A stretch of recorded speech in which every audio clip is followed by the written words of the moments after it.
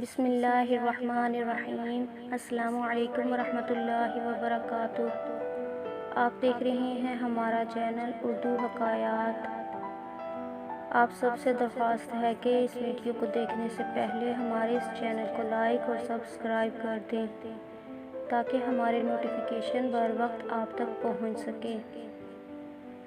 حضرت عبداللہ بن مبارک بڑے درجے کے علماء میں سے ہیں۔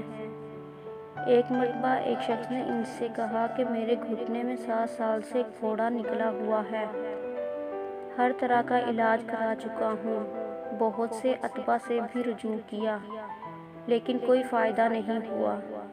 حضرت عبداللہ بن عبد المبارک نے فرمایا، جاؤ کوئی ایسی جگہ تلاش کرو جہاں پانی کی قلت ہو اور لوگ پانی کے ضرورت مند ہوں، وہاں جا کر ایک کنواں کھودو۔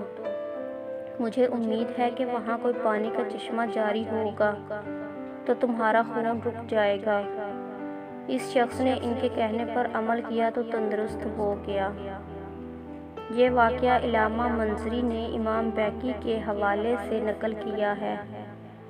اسے نقل کرنے کے بعد علامہ منذری فرماتے ہیں کہ اسی جیسا ایک واقعہ ہمارے شیخ ابو عبداللہ حاکم کا بھی تھا۔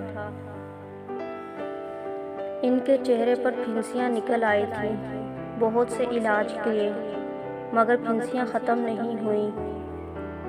تقریباً سال بھر اس تکلیف میں مبتلا رہنے کے بعد وہ جمعے کے دن امام ابو عثمان صابونی کی مجلس میں پہنچے اور ان سے دعا کی درخواست کی۔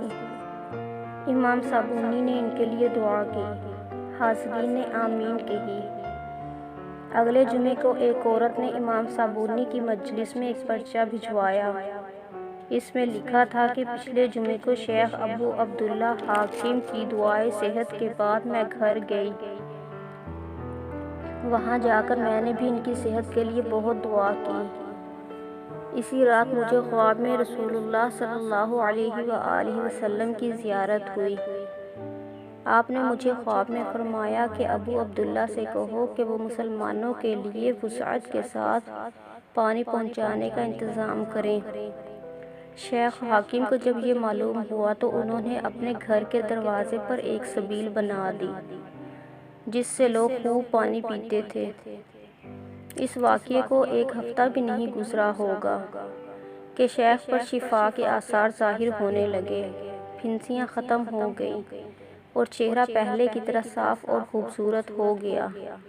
اس کے بعد وہ کئی سال تک زندہ رہے۔